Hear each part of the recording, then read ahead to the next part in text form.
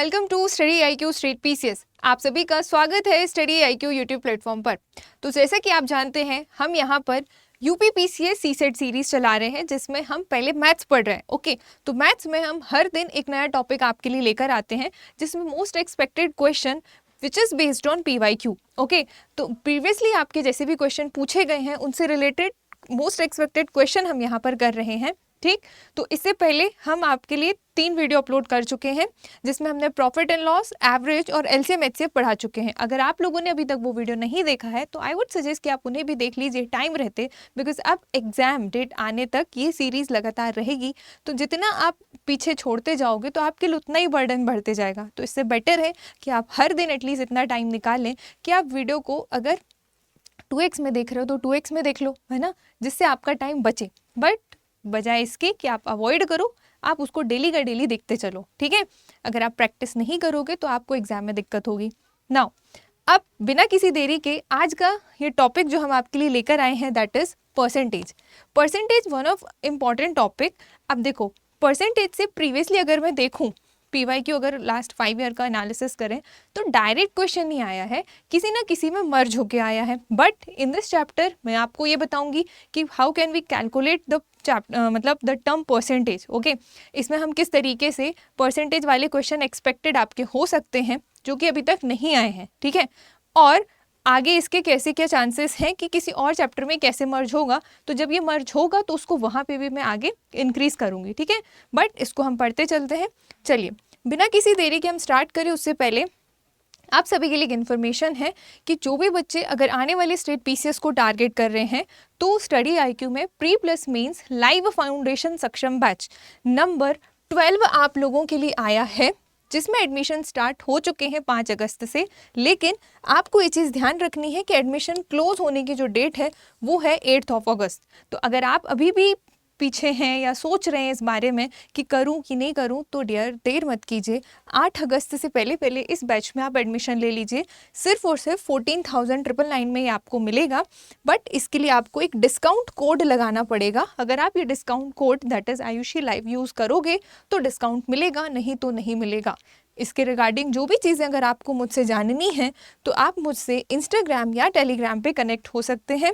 CSAT bye Ayushi ma'am, ये जो यहाँ पर लिखा हुआ है, ये मेरी टेलीग्राम ID है। ठीक है, आप यहाँ से जुड़ के जो भी हम यहाँ पर पढ़ रहे हैं उसकी PDF वगैरह, लिंक वीडियो की, ये सब आपको वहाँ पे प्रोवाइड कर दी जाएगी। ओके, चलो बिना किसी देरी के हम आते हैं अपने टॉपिक पर। फर्स्ट क्वेश्चन आपके सामने है, देखिएगा किस तरीके का क्वेश्चन है। इलेक्शन बेस्ड क्वेश्चन है। इससे पहले भी मैं आपको एक चीज़ बता दूं कि परसेंटेज से रिलेटेड अलग अलग सेगमेंट वाइज मैं वीडियोस कंप्लीट मैथ्स वाली प्लेलिस्ट में डाल चुकी हूं। अगर आप चाहें तो वहां से भी क्वेश्चंस वहां मतलब एक्सेस कर सकते हैं, वो भी फ्री है भाई, आप देख लीजिए, हमेशा वो रिकॉर्डेड फॉर्म में आपके पास रहेगा। ओके, और इसके अलावा कुछ न्यू क्वेश्चंस के साथ आज हम यहाँ पर आए हैं।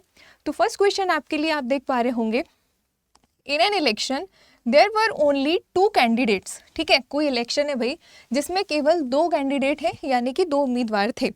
अब कंडीशन क्या है कि the winning candidate received 48% of the total votes. ठीक है, एंड हिज ओपोनेंट जो था तो ही रिसीव्ड 6800 वोट्स। ठीक, and which is equal to the 34%। Okay, मतलब जो दूसरा उम्मीदवार था, जो उसका ओपोनेंट था, उसको 68% वोट मिले, जो कि कुल मतों के 34% के बराबर थे।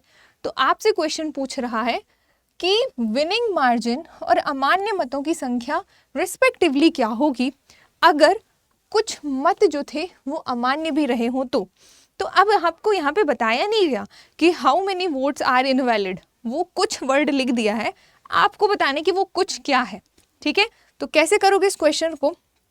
अगर आपसे क्वेश्चन बन सकता है तो लेट मी टेल यू कि आप वीडियो पॉज करके इसको अटेम्प्ट करने का ट्राई करें और कमेंट सेक्शन में आंसर भी करें। ठीक है, चलिए अब देखते हैं कैसे करेंगे। तो एक चुनाव में भाई 2 उम्मीदवार थे। विजयी उम्मीदवार को कुल मतों के 48% मिले। ठीक, उसके विरोधी को 34% मिले।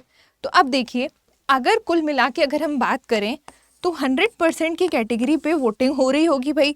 ठीक है, अब इस 100% में से एक को मिले हैं कितने, 48%, और 48% वाला क्या है, जीता है। और जो दूसरा है उसको मिले हैं 34%। ठीक, तो 34% वाला जो होगा हारा होगा ऑब्वियसली, लेकिन एक कंडीशन है कि यहाँ पे कुछ वोट कैसे थे, ये अब ऑब्वियसली ये वाले वोट जो होंगे तो ये तो वैलिड वोट ही होंगे, ठीक है, तभी इसमें जीत और हार हो रही है। लेकिन कुछ वोट है जो इनवैलिड है, तो वो कौन है? तो जब आप इन दोनों को जोड़ दोगे, इन दोनों को जोड़ दोगे और 100 में से आप सब्ट्रैक्ट कर दोगे ना, तो आपके इनवैलिड वोट आ जाएंगे। ठीक है, तो इनवैलिड वोट निकालने के लिए 8 4 12, 4 3 7 और 1 8, तो 100% में से 82% आप घटा दो तो आपको इनवैलिड वोट मिल जाएंगे। ठीक, तो ये कितने हो गए भाई? तो आप देखेंगे 10 में से 2 गया 8 और 9 में से 8 गया 1, मतलब 18% क्या है, ये हमारे इनवैलिड वोट हो गए। ठीक, आई होप यू अंडरस्टैंड कि 18% कहाँ से आया। ठीक है, अब देखो क्वेश्चन ने पूछा क्या है, क्वेश्चन ने ये कहा है कि आपको ये बताना है कि इनवैलिड वोट कितने हैं और जो जीता है उसकी मार्जिन कितनी है। तो भाई देखिए 100% टोटल वोट में से 100% टोटल में से जीतने वाले को 48%, हारने वाले को 34% मिला है। तो इन दोनों के बीच का डिफरेंस कितना है? तो इन दोनों के बीच का डिफरेंस है 14%। ठीक है, मतलब आपको 14% और इनवैलिड डेटा यानी कि 18% की वैल्यू निकालनी है। कैसे निकालोगे? आपको एक कंडीशन और गिवन है क्वेश्चन में, दैट इज 68%, सॉरी 6800। क्या है ये 6800? तो आप ये पाएंगे कि भाई जो 34% है ना, जो दूसरी पार्टी है उसको 34% मिला है और वो 6800 के बराबर है। ठीक है, ये क्वेश्चन में मेंशन है। तो 1% बराबर कितने का हो गया? तो 1% बराबर हो गया 200 के। ठीक, तो आपको दो वैल्यू निकालनी है, एक विनिंग मार्जिन वाली और दूसरा इनवैलिड वोट वाली। तो इनवैलिड वोट का परसेंटेज कितना है? 18%। ठीक, तो 18% क्या हो जाएगा आपका? 18% इनवैलिड वोट हो जाएगा, यानी कि 3600। ठीक है, ये हो गए आपके इनवैलिड। ओके, और फिर एक और पूछा है कि जो विनर है वो कितनी मार्जिन से जीता है। तो भाई जो विनर है वो कितनी मार्जिन से जीता है? वो 14% की मार्जिन से जीता है, मतलब उसने हारने वाले से 14% ज़्यादा लाए होंगे तभी तो जीता ना, तो ये उसकी विनिंग मार्जिन हो गई। ठीक है, कैसे निकाले हमने? यहाँ पे इन दोनों के डिफरेंस है 48 और 34, इनके बीच का जो अंतर है वो 14% है। ठीक है, तो 14% बराबर कितना हो जाएगा? जब 1% 200 के, तो 14% 2800 के। तो आपसे यही तो क्वेश्चन में पूछा था। क्वेश्चन में था कि पहले क्या लिखा है आप देख लो, पहले लिखा है विनिंग मार्जिन, तो विनिंग मार्जिन 14% कितनी आई है? 2800, और फिर 2800 कहाँ लिखा है? तो 2800 यहाँ लिखा है। ठीक है, और यहाँ पे भी लिखा है, लेकिन पहले जो लिखा है आप उसके साथ जाओगे, ये नहीं कि यहाँ पे भी 2800, यहाँ पे भी और ये भी।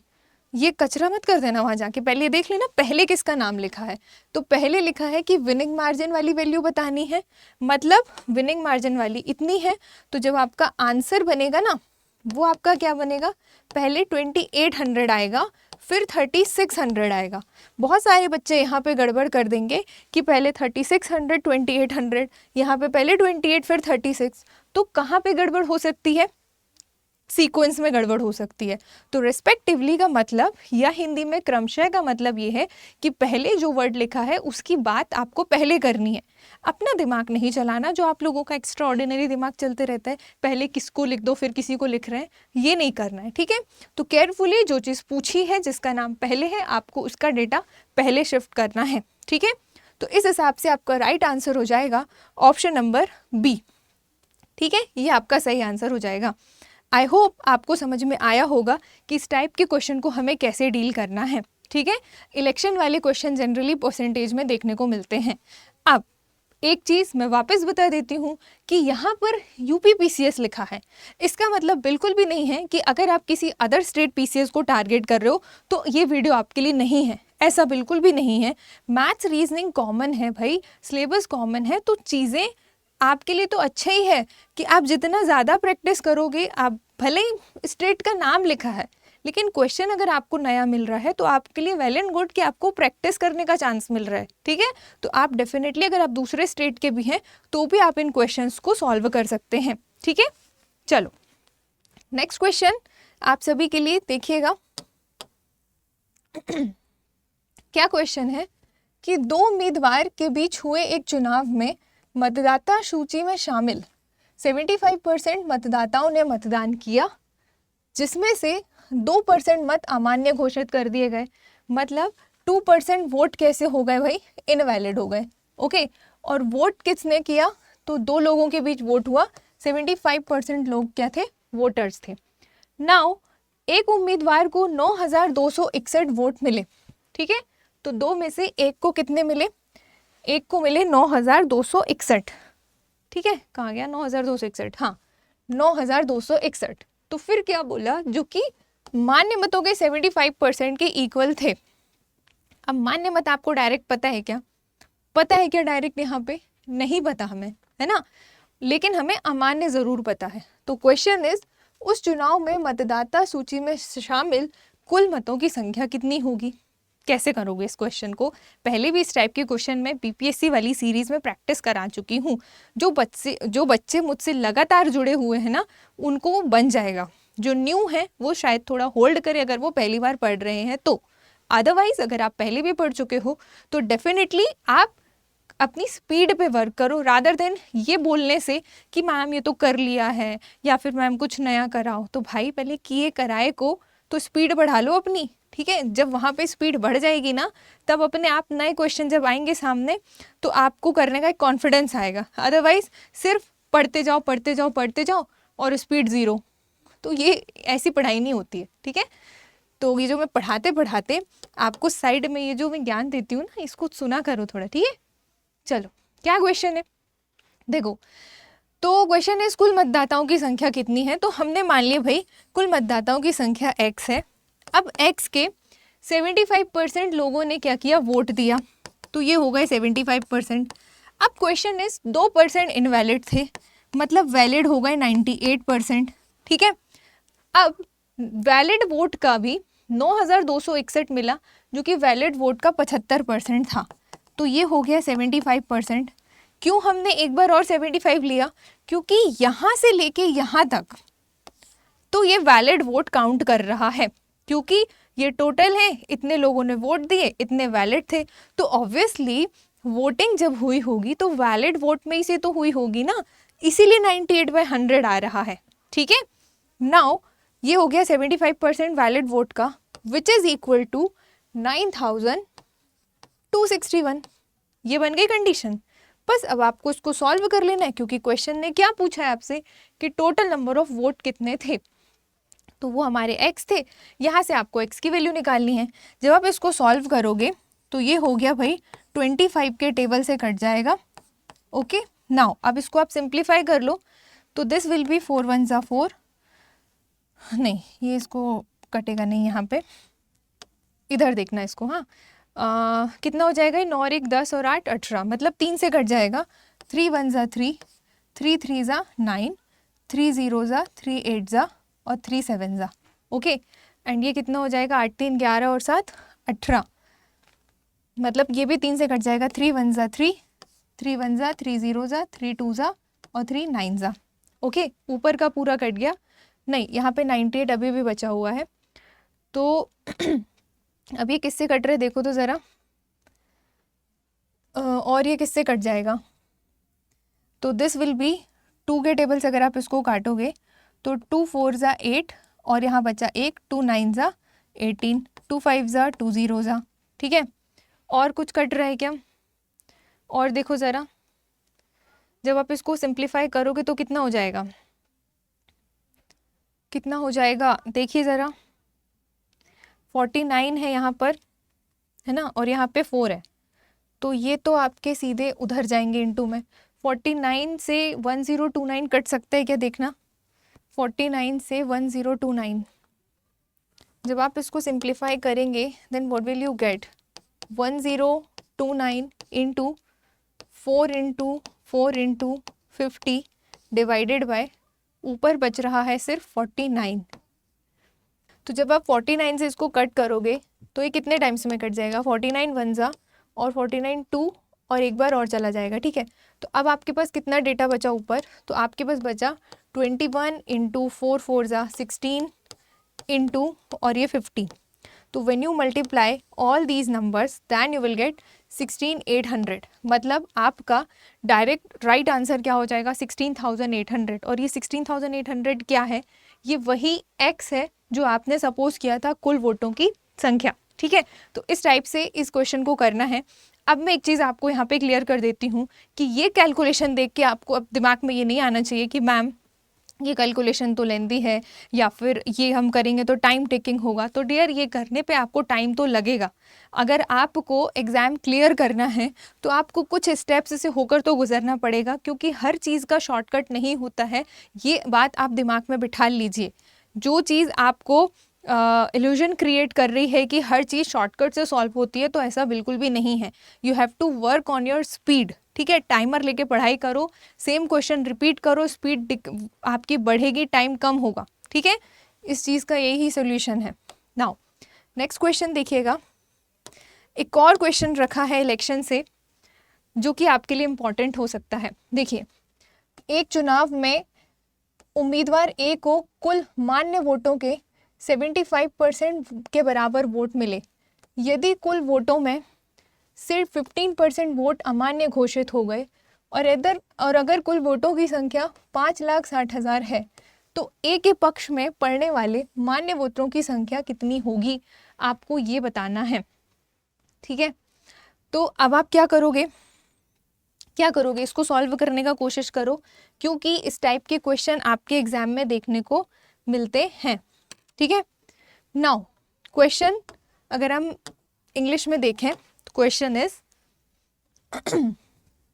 इन an election candidate A got votes equal to 75% of the total valid votes, ठीक है, and 15% of the total votes were declared invalid.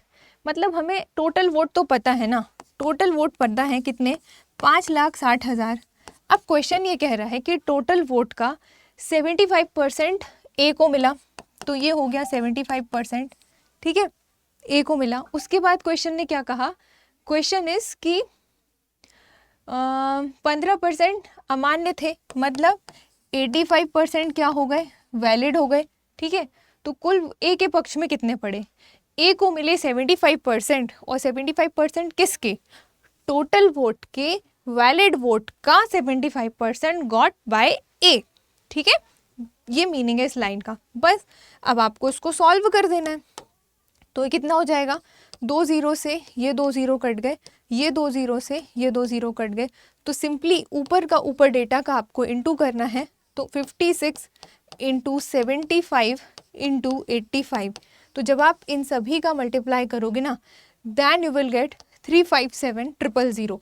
मतलब अब इसमें क्या करोगे, जब आप मल्टीप्लाई करोगे तो आप देख रहे हो कि सारी यूनिट में मतलब लास्ट में 000 आ रहा है।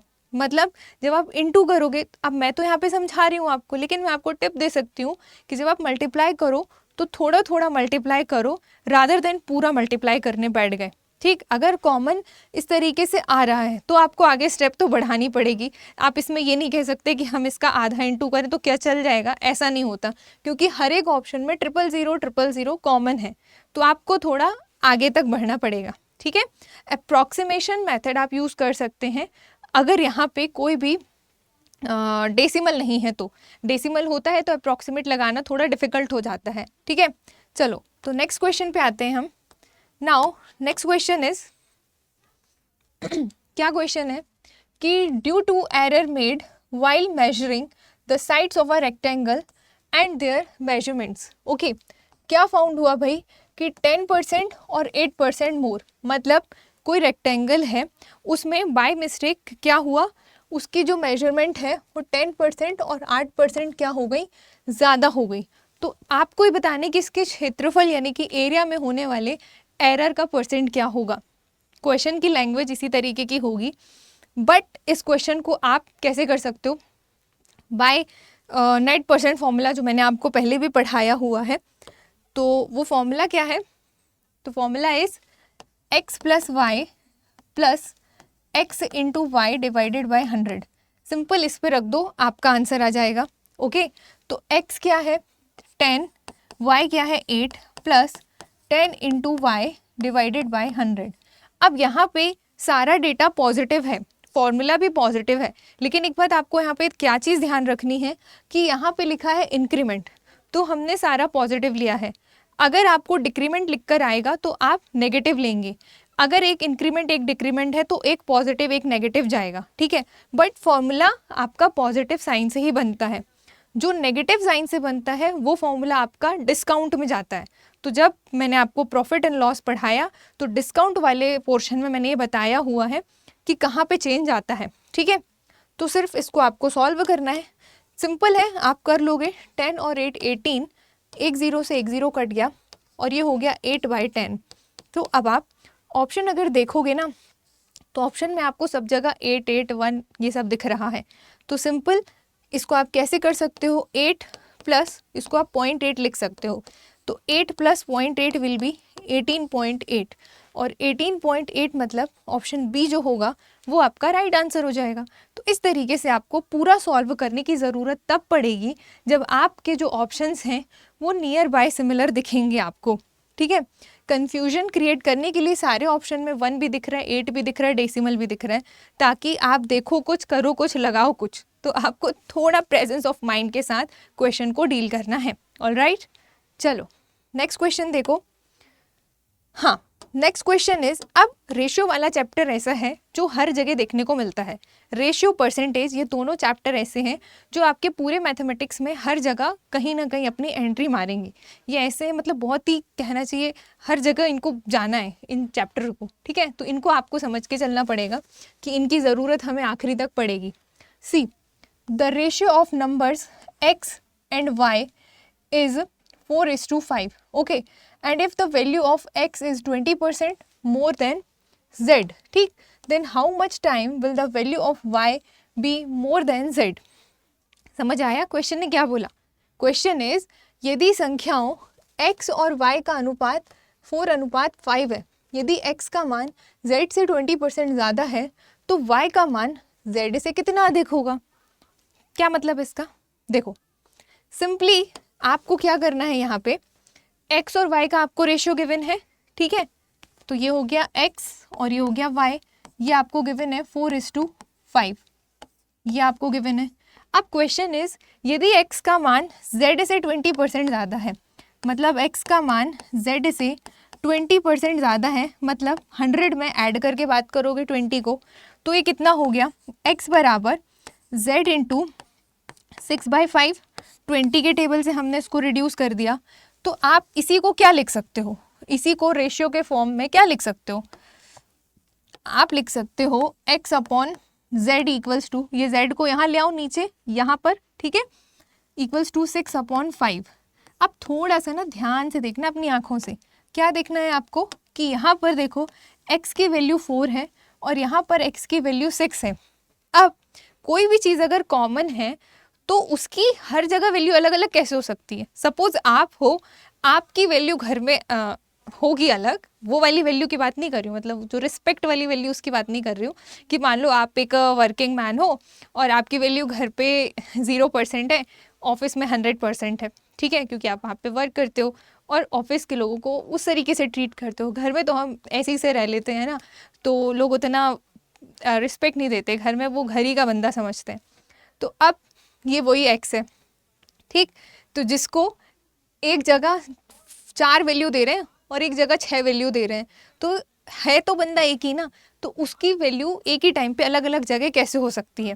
तो आपको क्या करना है, सिंपली मेक इट इक्वल, मतलब यहाँ पे x है 6, तो ऊपर नीचे आपको यहाँ पे 6 का इंटू कर देना है, और यहाँ पे है 4, यहाँ पे है 4, तो ऊपर नीचे आपको यहाँ पे 4 का इंटू कर देना है, ठीक है। तो जब आपने रेशियो को इक्वल करने के लिए यहाँ पे 6 यहाँ पे 4 का इंटू किया, then what will you get, simply आपको x बराबर मिल गया कितना, 24, y बराबर कितना मिल गया आपको 30, और z बराबर कितना मिल गया आपको, कितना मिल गया 20। अब क्वेश्चन ने आपसे क्या बोला है, क्वेश्चन ने बोला है कि y की वैल्यू z की वैल्यू से कितनी ज़्यादा है ना, और परसेंटेज में पूछा है। तो अब आप देख लीजिए इन दोनों के बीच का जो डिफरेंस है वो कितना है, वो 10 का डिफरेंस है। मतलब ये कि y की वैल्यू संख्या में z की वैल्यू से 10 ज़्यादा है। ठीक, तो ये हो गई 10 ज़्यादा, जिससे आपको कंपेयर करना है। That value will always be come in denominator, ठीक, यानी कि हर। तो 30, ठीक है सॉरी, y की वैल्यू z से कितनी ज़्यादा है, z से कंपेयर कर रहे हैं, तो z को नीचे परसेंटेज में बदलना है, इंटू 100। सिंपल, अब आप इसको कट कर दो, 0 से 0 कट गया, 2 से 100 कट गया 50 टाइम्स में, मतलब 50% क्या हो गई, 50% ज़्यादा हो गई। किसकी वैल्यू, x की, y की वैल्यू किसकी वैल्यू से, z की वैल्यू से। तो आंसर विल बी सी, यानी कि 50%। आई होप आपको समझ में आया होगा। यहाँ पे रेशो का कॉन्सेप्ट भी देखने को मिल गया, परसेंटेज का कॉन्सेप्ट भी देखने को मिल गया। दोनों वैल्यू थी, एक ही दिख रहा है x, एक तरफ है 4, एक तरफ है 6, दोनों को बराबर कर दो। तो जहाँ 4 है वहाँ 6 कर दो, 6 से इंटू कर दो ऊपर नीचे, और जहाँ 6 है वहाँ 4 से ऊपर नीचे इंटू कर दो। तो ये वैल्यू क्या हो जाएगी, रेशो विल बी इक्वल। ठीक है, चलो अगला क्वेश्चन देखो। नाउ ये क्वेश्चन आप सभी के लिए होमवर्क है।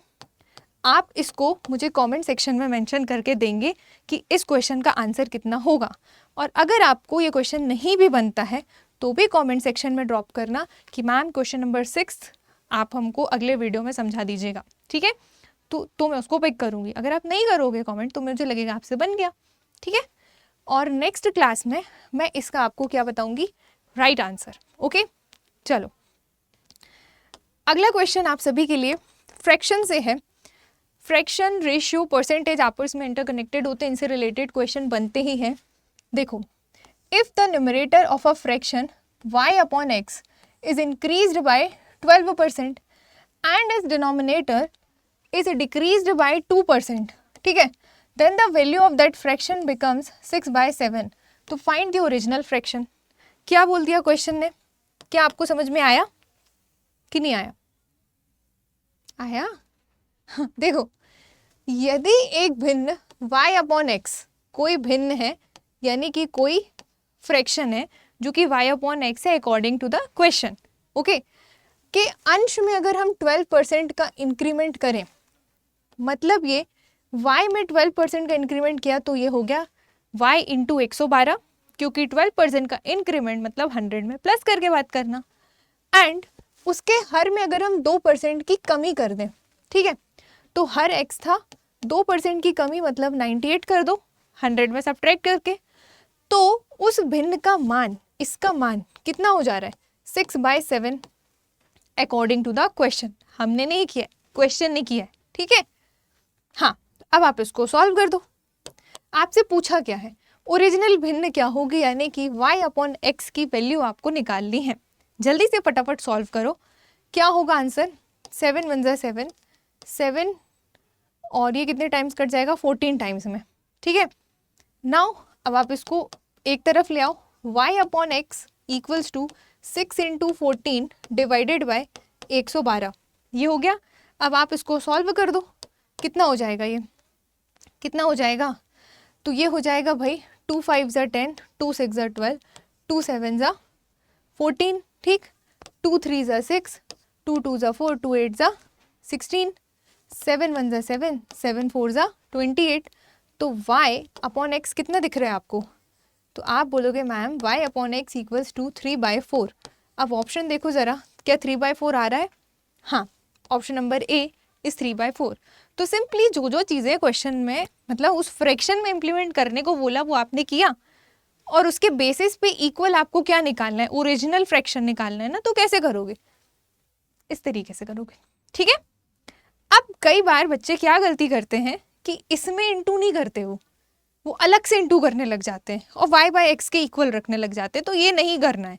जो चीज़ें आप मिस्टेकनली कर सकते हो वो भी मैं आपको बता रही हूँ, तो उसको ध्यान से सुनना है, रादर देन सिर्फ बोर्ड वर्क पे फोकस कर रही है, राइट आंसर क्या आ रहा है, सोल्यूशन क्या आ रहा है, बात खत्म, PDF मिल रही है, बात खत्म। ये नहीं करना है। जब समझाते वक्त, जो लाइन लिखते वक्त मैं जो बोल रही हूँ आपको उस पर भी फोकस करना है। Again I am repeating this. ठीक है, चलो नेक्स्ट क्वेश्चन देखो।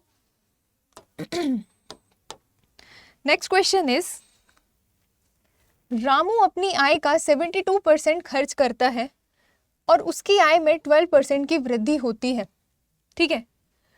बाद में वह क्या होता है, व्यय में 5% के इंक्रीमेंट कर देता है। यदि रामू पहले y रुपीस की बचत करता था और वेतन वृद्धि के बाद अब वो x रुपीस की बचत करता है, तो बताइए x minus Y divided by y into 100% का मान क्या होगा, आपको ये बताना है, ठीक है। तो आप कैसे करोगे कैसे करोगे इस क्वेश्चन को, देखिए Ramu spend 72% of his income, हमें क्या पता उसकी इनकम कितनी है, क्या करोगे, मान लोगे ऑब्वियसली, योगे इनकम, योगे एक्सपेंडिचर, योगा सेविंग्स। इनकम एक्सपेंडिचर सेविंग्स वाले क्वेश्चन इंपॉर्टेंट हैं, इलेक्शन वाले, पॉपुलेशन वाले, सारे क्वेश्चन इंपॉर्टेंट हैं, तो have to take care of this question, okay. Now income हमने मान लिया 100 है, तो एक्सपेंडिचर कितना है उसका 72%, ठीक है। इनकम उसकी मान लो 100% है, एक्सपेंडिचर उसका 72% है, तो सेविंग्स उसकी हो गई 28%, हो गई कि नहीं हो गई। जब आप इनकम में से एक्सपेंडिचर घटा दोगे तो आपको सेविंग्स मिल जाएगी ना।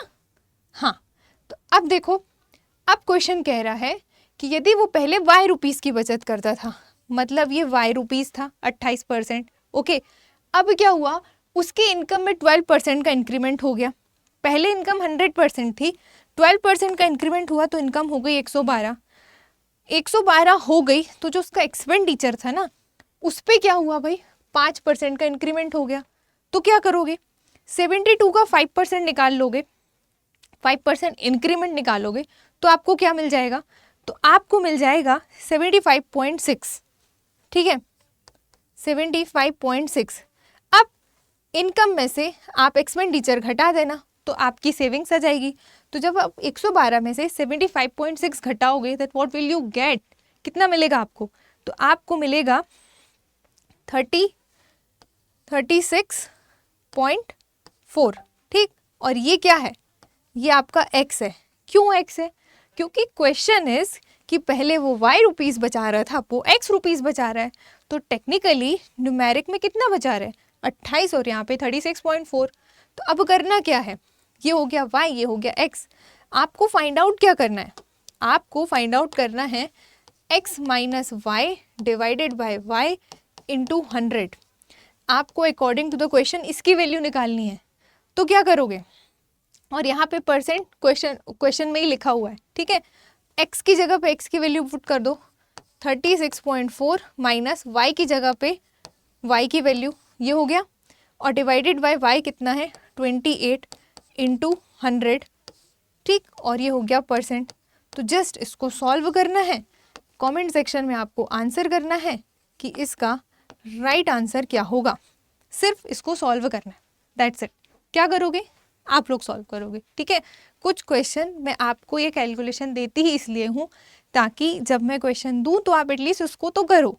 आप अकेले बैठ के भले ही हाथ ना चलाओ, ना पढ़ो, लेकिन जब ड्यूरिंग क्लास वीडियोस आप देखते हो तो एटलीस्ट तब हाथ से प्रैक्टिस किया करो, ठीक है। इसका आंसर कमेंट सेक्शन में आप मेंशन करेंगे कि कितना आएगा, ठीक है। चलो नेक्स्ट क्वेश्चन देखिएगा क्या है। नेक्स्ट क्वेश्चन इज,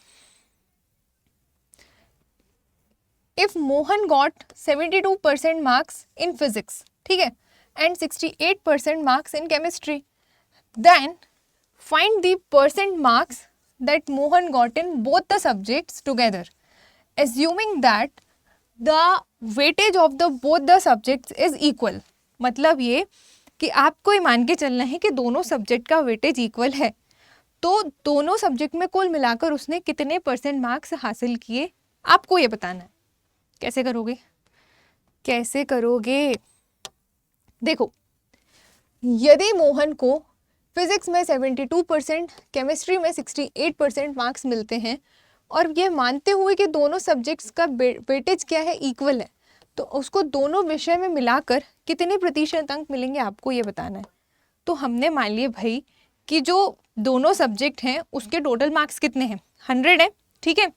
तो आपने ये सपोज कर लिया, तो फिजिक्स में उसको कितने मिले, 100 का 72% मिला, मतलब मार्क्स में कितना मिला 72 मिला, ठीक। ऐसे ही केमिस्ट्री में उसको कितने मिले, 100 का 68% मिला, ठीक है। तो मीन्स 100 से 100 कट गया, तो मार्क्स में कितना मिला, तो मार्क्स में मिला 68 मार्क्स मिला।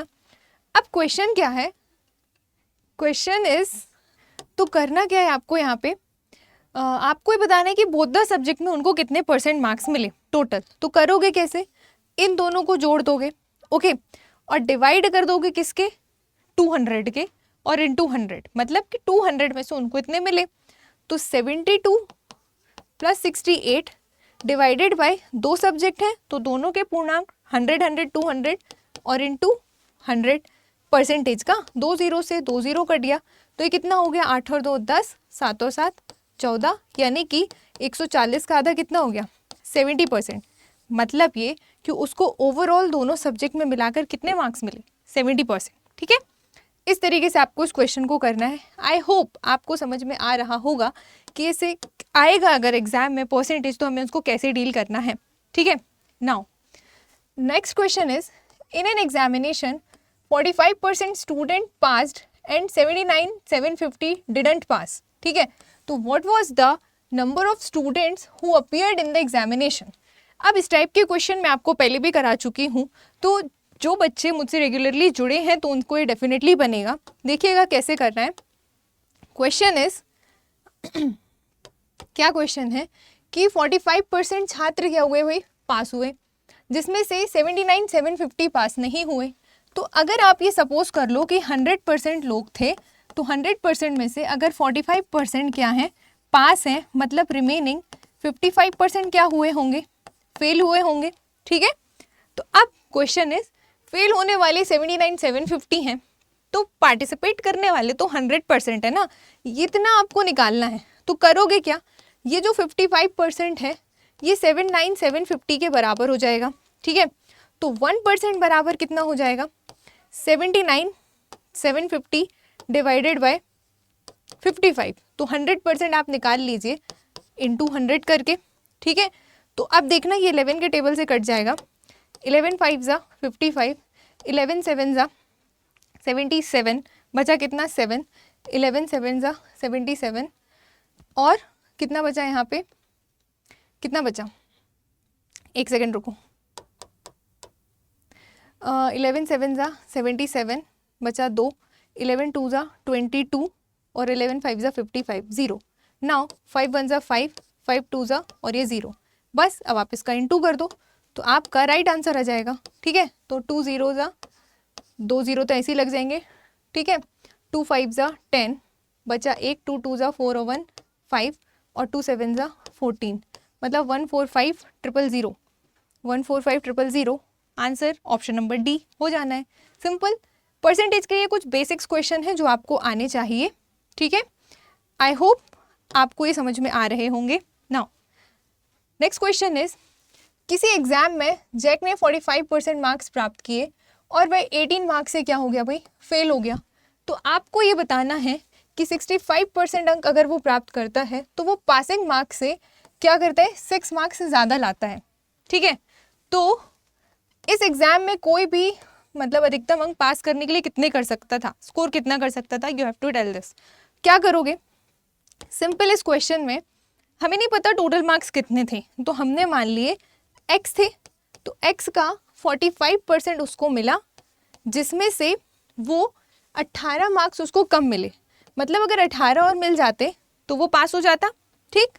सिमिलरली x का 65% एक अदर था उसको मिले, जिसमें से उसको 6 मार्क्स ज़्यादा मिले, मतलब अगर 6 कम मिलते तो भी वो पास हो जाता, तो माइनस का 6।